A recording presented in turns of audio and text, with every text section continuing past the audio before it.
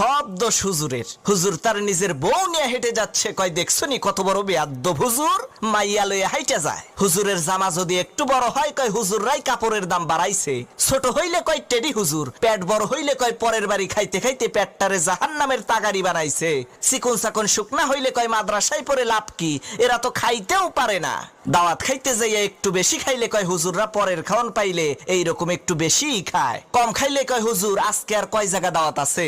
হুজুর একটু দামি পোশাক পরলে কয় অহংকারী, কম দামি পোশাক পরলে কয় ফকিন্নি। হুজুর একটু ইংরেজি বললে কয় ভাব মারায়, আর ইংরেজি না বললে কয় খ্যাত। অনেকে আবার কয় এই দেশটারে হুজুররাই শেষ করছে। অমুসলমান, কুত্তা মরে, ছাগল মরে, বিড়াল মরে, জানাজা হয় না। এই বাংলার জমিনে যদি ওলামা ইকরাম না থাকতো, তোমার মরণটাও কুত্তার মতো জানাজা ছাড়া হইতো। আরে তোমার বাপ মায়ের বিয়েটা যদি হুজুর না পড়াইতো, তাহলে তো তুমি হারামজাদা হইতা, নাজায়েজ জারজ সন্তান হইতা। তোমারে তো